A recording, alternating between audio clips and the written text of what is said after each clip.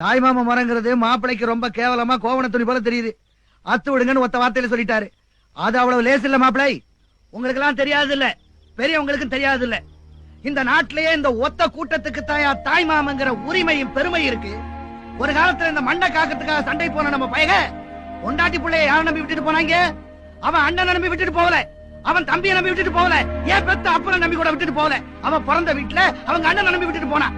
ஏன் சண்டைக்கு போன பையன் வராம செத்து போயிட்டான்னு வச்சுக்க, அவனுக்கு அப்பனாவும் அவன் பெத்த பிள்ளைக்கு தாய் மாமனாவும் இருந்து கடைசி வரைக்கும் கட்டி காப்பாத்துவாங்கிற நம்பிக்கையில தாயா.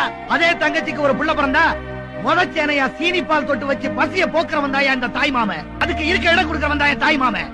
அதே புள்ள வளர்ந்த ஆளாயி நிக்கிறப்ப ஒதுங்கிறதுக்கு ஒரு ஓலை குடிசை கட்டி கொடுத்து தாய் மாமன் நான் இருக்கிறேன் தைரியமாறுன்னு சொல்றானே அவன் தாயா தாய் மாமன். அதே தங்கச்சிக்கு கூன் குருடு நொண்டின்னு ஒரு புள்ள பிறந்துட்டா இந்த ஊர்ல இருக்க ஒரு பையன் கட்டிக்க மாட்டான். அத ஒரு சுதந்திர பொண்ணா நினைச்சு தான் மகனுக்கு உரிமை எடுத்து கட்டி வச்சு காத்து தான் உயிரே கொடுக்கிறவன் தாயா தாய் மாமன். இப்படி என் தங்கச்சி வீட்டுக்கு போனதுல இருந்து புள்ள பெத்ததுல இருந்து காது குத்துறதுல இருந்து இன்னைக்கு சமைஞ்சு குத்த வச்சிருக்கிற வரைக்கும் சீர் செஞ்சு செஞ்சு இத்து புத்தா போனவன் தாயா இந்த தாய் மாமன்.